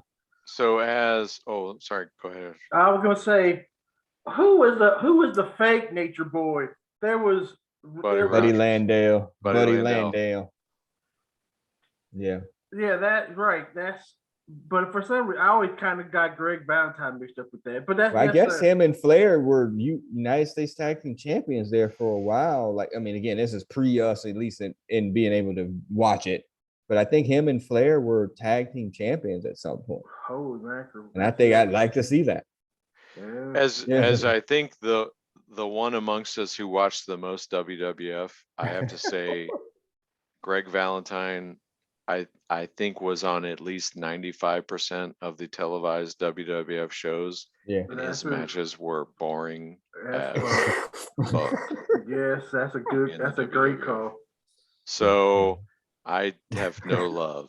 Love for the Hammer. Love for the Hammer. Oh, look at Mr. Perfect. Yeah, it's number 7. This is rookie card. Before the steroids. So we've got Valentine. So by the time Valentine's in, Ronnie Garvin's out, and Axe is out. Axe and Valentine, I think, are out by this time. So Jake the Snake is our entrance here. And this is he's feuding with Andre at this point. Yes, and he comes in. Okay, let's keep it 100. Jake the Snake Roberts, DDT. No, that version of Jake the Snake was really, really good.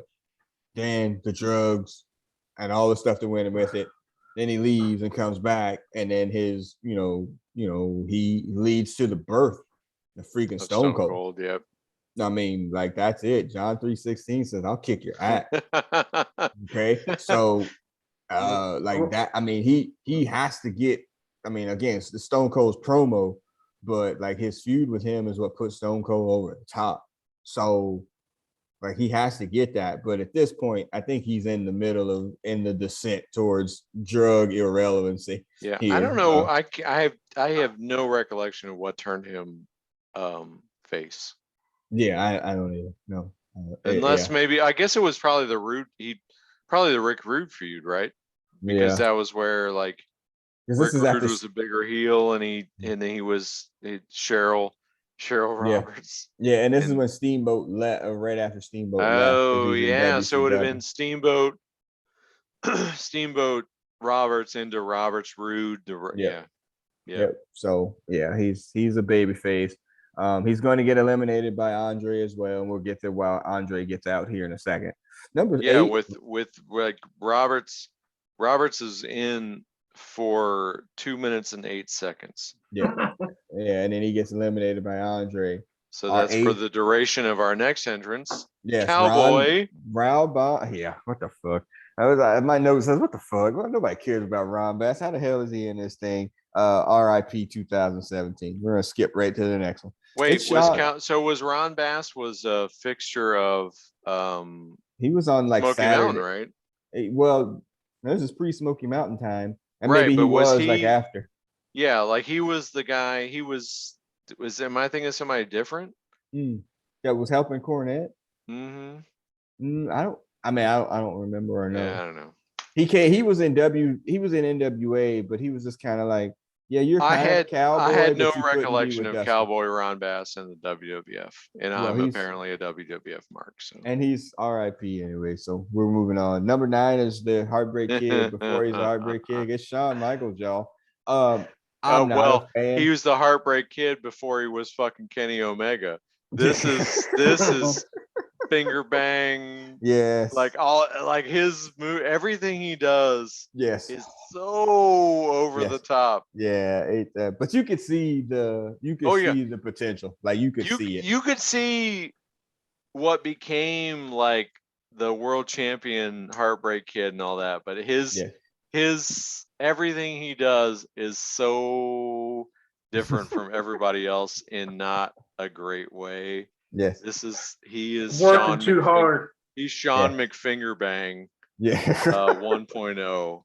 And the Kenny Omega prototype. Yeah, he eliminates Axe, but like I said, I'm like watching them. Man, you can see why eventually they would split him off because Mr. Perfect eliminates Axe. Oh, I got it wrong. Does he eliminate Smash? No, you said Andre eliminated Smash. Andre eliminates Smash. So Axe is the next one out, but it's Mr. Perfect that eliminates Mr. Perfect. Okay, gotcha. So Shawn Michaels is in. Number 10 is Butch Miller from the Bushwhackers. Formerly of the Kiwi Sheep Herders, which were essentially a hardcore tag team back in the day. Yeah. This was my first. Oh, he's still alive. I would have. That's amazing. Yeah, I would have never thought. Right, if you told me alive or dead, I'd been like, dead, no way. Dead, no doubt. He didn't make it to the 2000s. Nice, yeah, no, yep, still alive. And then this is where we get the snake spot where Andre had eliminated Jake the Snake Roberts. He comes back with the snake bag, throws it in the ring, and Andre's afraid of snakes and takes the top and eliminates himself. So I was concerned for Damien's safety during this. Andre about stepped on his neck. Yeah, Peter was like, "What?" So we'll get you. Yeah. Number 11, Honky Tonk Man.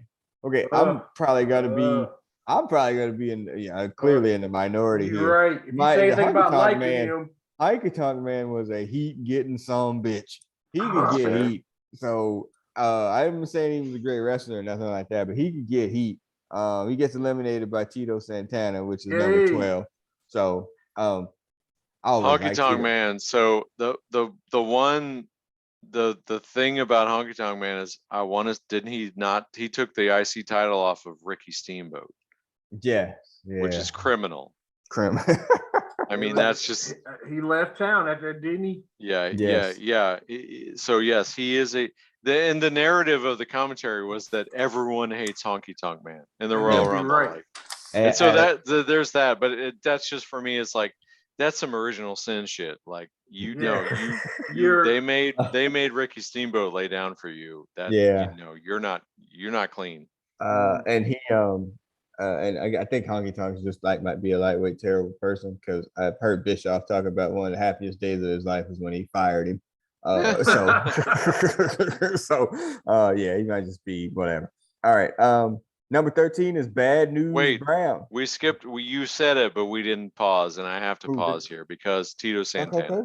Yes, Tito, and he's in this. What? And Jesse drops the Chico on him first, of course. I used to hate that about that. I always liked Tito Santana. I love Tito Santana. Yeah, and he was now looking back, like, oh, he's just the baby face that's never going to get over. I think he got a short Intercontinental run. Maybe he was the Brad Armstrong. Wasn't he? Yeah, he was the Brad Armstrong of the WWF. Constantly chasing the title, but like he was, super fit dude, good looking. Like he should have been something more than he was, but he was also Mexican, which didn't help. And if Greg Valentine was on 95% of the shows, I think Tito Santana was probably also on 95%. 94.5.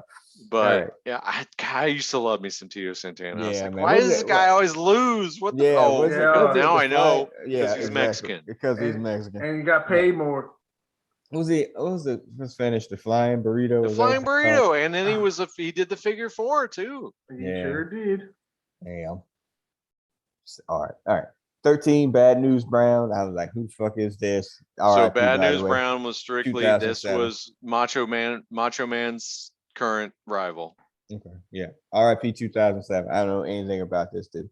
14, Marty Jannetty.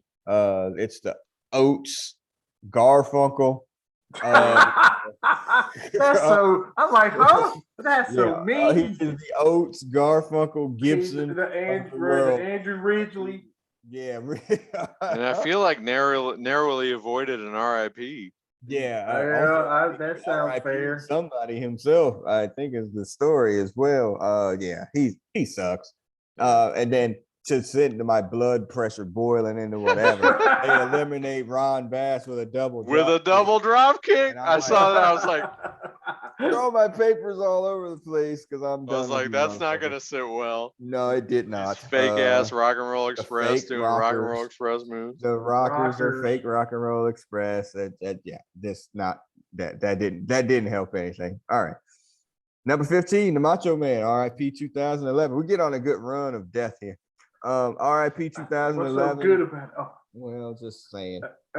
He comes in. He is the world champion, as Brother Beavis mentioned as we were going through, and he comes in, fist and fury and all that. I mean, I think the thing that stood out to me was Macho Man comes out with an intensity that's not over the top like Shawn Michaels. Right.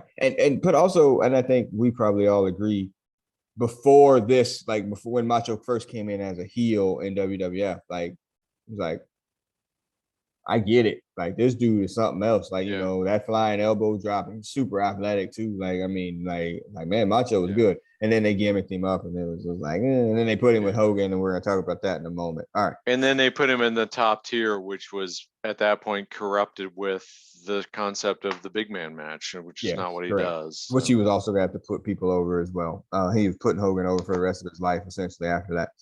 Number 16. Arn Anderson had one half of the Brain Busters. This is after Arn and Tully had left WCW. And I kind of do remember watching that because it was like, damn, freaking, Arn and Tully are in WWF? What? And, just kind of trying to see it, which sucked. That's awful. Yeah. They dumped Tito. They get him out. And there was my note on here says there was a hell of a spine buster by Arn on was it Shawn Michaels or Jannetty? It was on Jannetty, Marty Jannetty.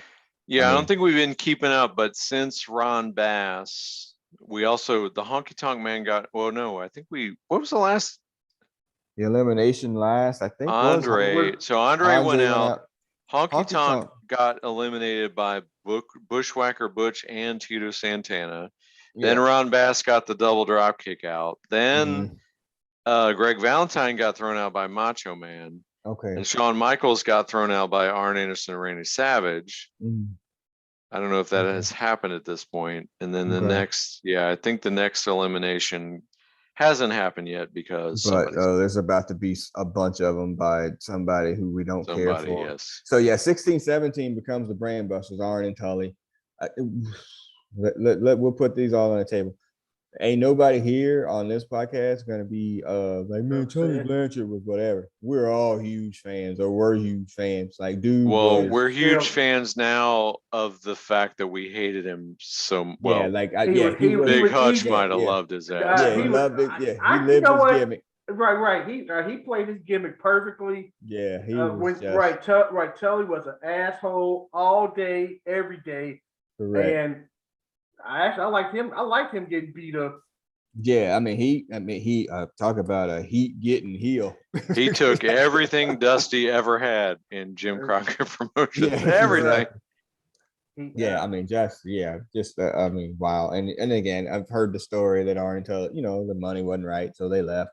And they're not gone for long. I don't think it's less than 2 years. No, the money wasn't right, so Tully failed a drug test or something. Well, when they were trying to come back, like the money wasn't right in WCW when they were trying to come back, Tully failed a drug test and got a 25-year suspension essentially because he was gone forever. And he found Jesus.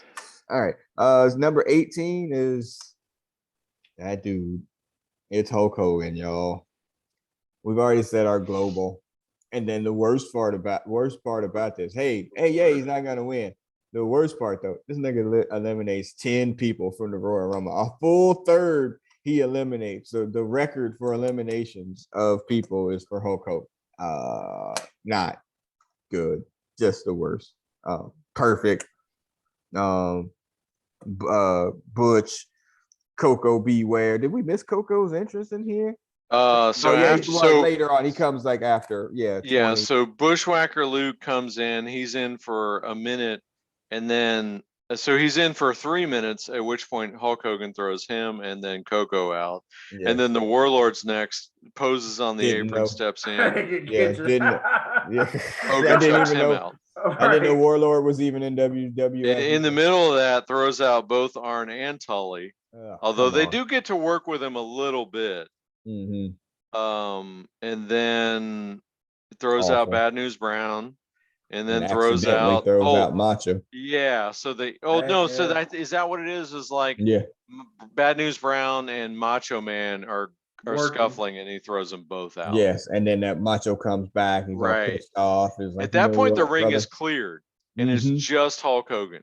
Yes, and Macho comes in. Macho comes back, calls him out. Elizabeth jumps in. They done pre-game about this. What if it comes down to that versus? R.I.P. By the way. Fair enough.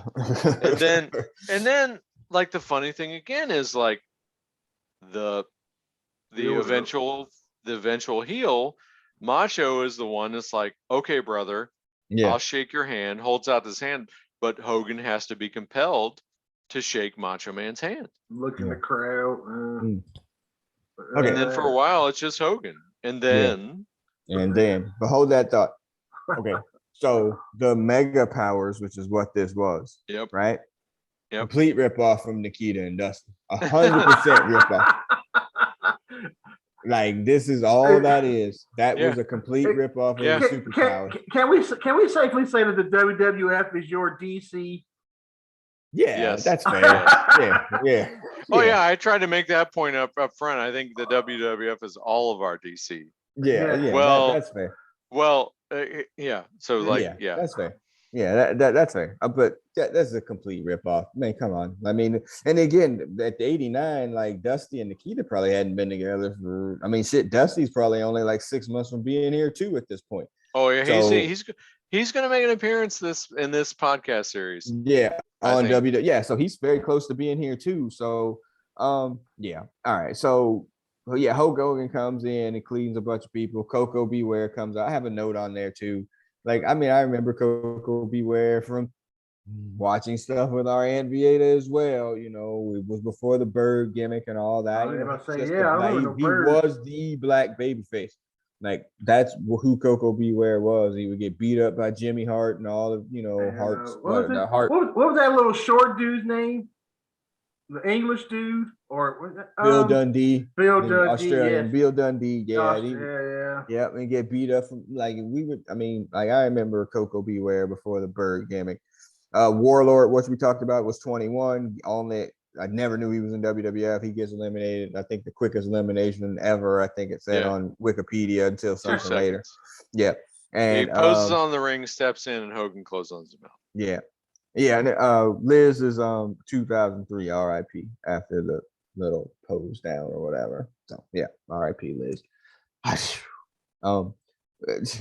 Side brother topic. Late school Liz? Just gonna say early school Liz. I was like, didn't really do much there. But WCW Liz? Yeah, I can see how that worked. Yeah. All right. Anyway, number 22, man, it's Big Bubba Rogers, RIP, 2004. We know him as Big Bubba Rogers, Big Boss, not the Big Boss Man. Yeah, Big Boss Man. Hey, Hutch, when they call him out, he's like from Cobb County, Georgia. It's like, yeah. So another thing that I forgot to mention is like the one thing they don't do is they don't do, other than announcing, they don't do an intro. So like I think a modern day Royal Rumble, everyone gets their songs, and it's like they have a 2-minute entrance. Yeah, and then they're calling the next person. Yeah, that's bad. Yeah, he and Bubba Rogers or Big Boss Man brought in to, go feed to Hogan and lose. That that was that. I've heard Cornette tell that story. He was like, "Look, they're gonna give you that kind of money, just go. Like, how could you turn the money down?" And so he goes, and then my note says, "Sigh, Akeem, the African Dream. We know him as One Man Gang, and also nigga's still alive." And I was shocked. It must be the tattoos keeping this whatever. Completely shocked. You're thinking Bam Bam Bigelow. Oh, you're right. No, One Man Gang, man. I was blown away. I had no way this dude's alive, but One Man Gang still alive. This another UWF that they turned into a clown. Yeah, into a clown. Yep, they turned him to the African Dream, Akeem, with the manager, a pimp named Slickback.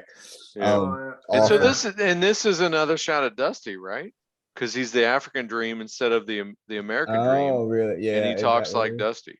No, okay. Oh, yeah, that I didn't know. Damn, that's some. Yeah. They hadn't quite been able to shit on Dusty. That's coming up. But I think this is all another shot at Dusty. Well, and allegedly DiBiase millionaire thing, that's a shot at Flair. Like that's supposed to be like a rip-off parody of Flair. Vincent McMahon is like the most hateful, petty ass billionaire. Yes. Awful. God damn it. And then he One Man Gang and Big Boss Man are the ones that eliminate Hogan, but of course since he's so there's a whole sequence where they basically wear out Hogan, and surprisingly they eliminate him. Yes, but he doesn't leave. He comes back and eliminates somebody even though he's not in the match anymore. He pulls Big Boss Man out, and this is another Jesse Ventura moment, and this is another like come on, Monsoon. This isn't fair. He's cheating. How is this not cheating? Right, yeah. Awful. So 24. And then after that, the Royal Rumble is completely pointless. Yes, exactly. 24 is Brutus Beefcake, the barber. Awful. One of the worst wrestlers of all time. At the time, we didn't know it was Hulk Hogan's brother, but we should have known. So yeah, just bad. It's awful. This is after he killed himself, damn near, right? When there a boat accident? We had to do the face reconstruction. Yeah. Is it really his brother? That is his brother. I thought they were cousins. I don't think they're actually related. I think they were kayfabe brothers. Hold on. I don't think they were kayfabe brothers, brother. Well, we're going because it's I don't actually think they're brothers. Yes. Hold on. Are they? No, because it's Belia and his name is like Leslie or something. They even got different daddies and different mamas. Edward Harrison Leslie is an American retired wrestler. Larry Bubba. We're siblings. He's still alive. Well, yeah, of course. A wide variety of names. Yeah, I thought they were cousins. I think they might have wrestled as brothers. That, I don't think they're actual brothers. they're not real brothers. They're not. Man. Well, everyone's Hogan's brother, right? Brother. Yeah. To some brothers, he called the N-word. Well, yeah. the Brutus Beefcake conversation is keeping us away from the Red Rooster conversation. Okay. I got a lot to say about this too. Okay, so 24 is the barber Brutus Beefcake. I thought that was his real brother. Maybe I obviously read that wrong. 25 is Terry Taylor. I refuse to call him that other name. Come on. UWF Terry Taylor, awesome. When I go back, number one babyface. When I want to go back and watch Mid South now, awesome. Like he was Ric Flair. He's like a face Ric Flair. Yeah, he should have had that kind of run as a babyface. He's amazing. He's a great wrestler. He could talk enough. He was for a babyface for sure. He was a great wrestler. And to stick him with this gimmick, I guess that, they thought he was the cock of the walk. He was too cocky, and that's why they stuck him with that gimmick. And the champ kept cashing. Well, they ruined his career though. Like he was. He was no recovering from that shit. There's no recovering from that, and he didn't. And yeah, Terry Taylor was so good, man. Like it was just awesome. And when Terry Taylor and Chris Adams teamed up to win the UWF Tag Team Championship, he was happy as fuck. I popped like a mug, man. Like who's his partner? Oh yeah, it's Chris Adams. You love that Chris Adams, that federation, whatever it was. UWF. He was the shit. He was the super kick before there was a super kick, sir. Not just me. That shit was deadly. Deadly. Yeah, son. HBK wishes he could super kick somebody like Chris Adams. He had to smack his leg. R.I.P. Wife beater, felon, multiple time felon. Yeah, to be Chris fair. Adams? Not a awful person. Terrible person. Awful. Oh, geez. Yeah. It's like Chris Benoit, Chris Adams. Yeah, it was bad. Number 26, the Barbarian. Didn't know he was in WWF. Yeah, so that's where the Powers of Pain started. Barbarian. Oh my God, that Powers of Pain. I don't believe that T. Joe Khan ever made the leap. What about what was your Hutchins? I think Baron von Raschke probably was in the WWF in 1942. Also still alive. But, I know. Oh yeah, he was on AEW like a year ago. He put the claw on Ethan Page. That's awful. The claw. He clawed the fuck out of Ethan. He was like in the crowd. Ethan Page came over, talked shit. He slapped the claw on him. It was great. Well, did the Mongolian Stomper make it or no? That's made up. There is no Mongolian Stomper. Wait a minute. No, that's bullshit. Wait a minute. There is no Mongolian Stomper. Fuck the Mongolian Stomper. Oh, here we go. Number 27 is Big John Studd. He's still alive? I was like, oh wait, no, 95. RIP 95. But he's a baby face. And I was like, yeah. John Studd? So I was surprised by this too. He was him and King Kong Bundy versus Andre the Giant, early like 85, WWF 85. But he had been gone because once you serve your purpose, you're done. But they brought him back as a face to feud with heel Andre. Oh, okay. Yeah, that sounds right. I mean, I was like, John Studd. I didn't think that was a thing anymore. Number 28, Hercules Hernandez, RIP. And the way that they talked about it, apparently they called him Ted DiBiase's slave, which is so I assume that at some point Ted DiBiase had hired him, and then they worked through that storyline, and he was a face in this, but then he got a real slave in Virgil. Yes, he's huge. Yeah, I think he was a crazy person as well.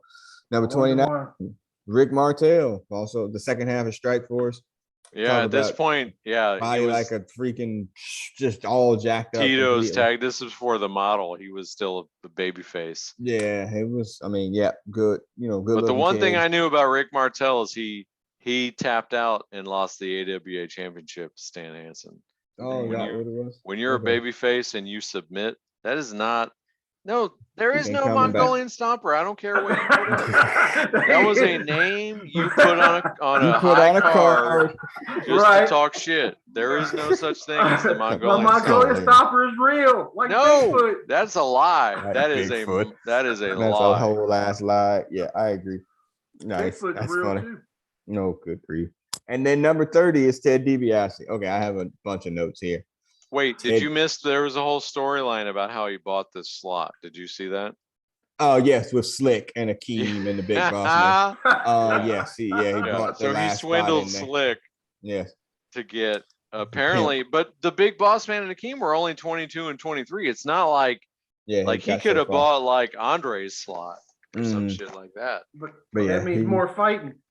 I mean, look, it was, Ted DiBiase is a great wrestler, or was a great wrestler. Like, talk again, UWF, him and Steve Williams as a tag team, unbelievable stuff. But this version is just, I mean, he wrestles a little bit, but they never wanted to give him the damn championship. I think when Andre wins it, he like buys it from him, whatever, and then he drops it. Yeah, and then he drops it. In fact, the reason they invalidate the title is not because Dave Hebner fast counted Hogan, but you can't sell the title to another person. That was why they invalidated the title. So it's fine to have a false ass twin come out and fast count somebody, but you can't sell the title. That's a bridge too far. Yeah, it's terrible. And he eliminates a few people himself, Terry Taylor, Hercules, Brutus Barber, Beefcake. Like, he eliminates some people, but then it's just him and John Studd. And, they have a classic. Tries to buy him off. Yeah, big man. Well, the irony is, I think there's a kayfabe prize monetary. It's like $100,000 or something for the Royal Rumble. Yeah. So like, I'm gonna pay you to win this. He's like, I'm gonna make money anyway. Right. Yeah. And and then surprisingly out of nowhere, Big John Studd wins the friggin' Royal Rumble. Yeah. He eliminates Ted DiBiase, and it's just like. Well, I think Ted DiBiase was a good Hogan heel because he could feed him. They could keep the storyline. He could feed them monster heels who couldn't talk and sustain the angles until they actually had the match. And then DiBiase could sell like fuck for actual match. Like he could talk. Yeah, he was the heel that they could keep with Hogan for several years. Yeah. Which isn't what they had before then. But and Big John Studd here this is a case of like, oh, we got to give this Hogan fodder something to do. So here you go. You're a Royal Rumble winner. Congratulations. Right. And then, let it go. UWF Ted DiBiase is not this dude. No. But to be fair, UWF Ted DiBiase was one of his few face runs, right? Yeah, correct. But he still took out Maggie May every once and then. Oh yeah, that was great. Glove on. The black glove. That's the greatest wrestling gimmick of all time. I mean, like, come on, man. Like, oh, it's got Maggie May. So I mean, Ted DiBiase one of my favorite wrestlers, UWF. That's damn. Yeah, I can say him and Dr. Death. All right. Yeah, Ted DiBiase stole some money from like something from a church or something, like, or got money for his church. He went to Jesus. And got money. I think he's trying to pin that on his children. The children were catching it. Yeah, but I think he got swept up in that as well. But yeah. Who do you think he is, Brett Favre? Well, funny thing you just say that, because Brett Favre is the only dude that didn't go to jail for some of that stuff. Because shocking. Clinton Portis, and there was a couple other folks who went to jail. It's almost like he had some separate kind of justice privilege. System. Yeah, it's almost like he had a separate system of justice. Anyway, so that's the end of the Royal Rumble. I guess that, I was reading the Wikipedia, whatever. The next Saturday night's main event is the breakup of the Mega Powers. Did it happen that quick? I thought they were. They break up fairly quickly after that. Where Hogan is allegedly lusting after Liz. After she takes a bump. Lust in your eyes, brother. Yeah.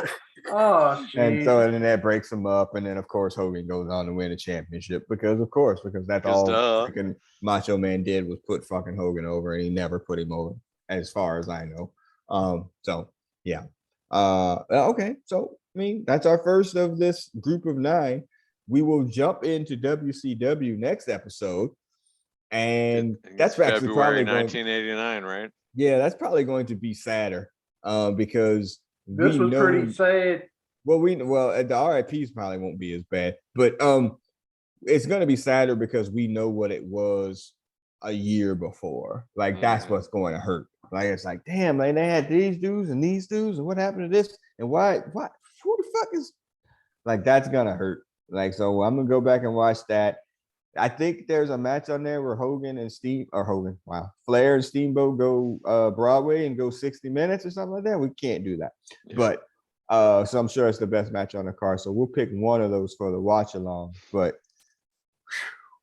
man, I watching this card and then going through this, I can tell why I stopped. I didn't watch WWF. Like I can really tell. Like it's just none of this would have appealed to me when I was really watching wrestling, which I wanted to suspend disbelief. You know, I do truly believe that Ricky Morton was getting his ass beat. I believe that shit. I wouldn't believe like hardly any of this. Like, you know what I mean? Like I believe Ricky Morton was getting his ass beat by whoever. So I mean, roster wise, the WWF is amazing at this time. Correct. But, yeah, it's deep. Yeah. But it's storyline. It was fantastical at best. Yes. Yeah, that's a good word. And it's they had kids drawing up these matches or drawing up these storylines.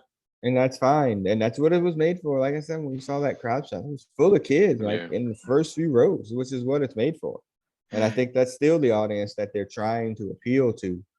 You know, the other thing that hit me is like at a certain point, WWF like completely abandoned tag team wrestling. And then you look up and down this, it's like Demolition, the Hart Foundation, the Rougeaus, Strike Force, the Brainbusters, the Rockers, the Bushwhackers. Yeah. Like they had to even set aside the Mega Powers and whatever Akeem and Big Boss Man were called. Like that's a legit tag team division. Yeah, you could run some teams through there, but that's not what they were into. The gimmicks. So okay. Sell. So that's one of why we used to watch wrestling or whatever I think we were gonna call this. We're gonna get what into we missed with wrestling. What we missed. Thank you. What we missed, and we're gonna get into part 2.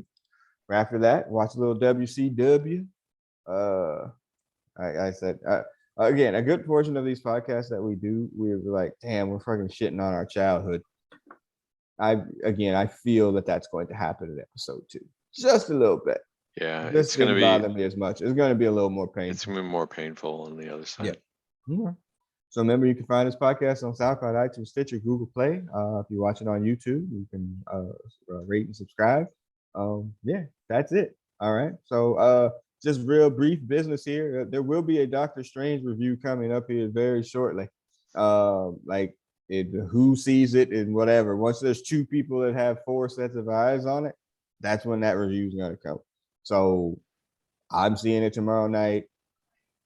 We'll be ready for whoever sees it after that. We'll keep the spoilers to a minimum, except you, TMZ. Fuck you. You already know all the stuff.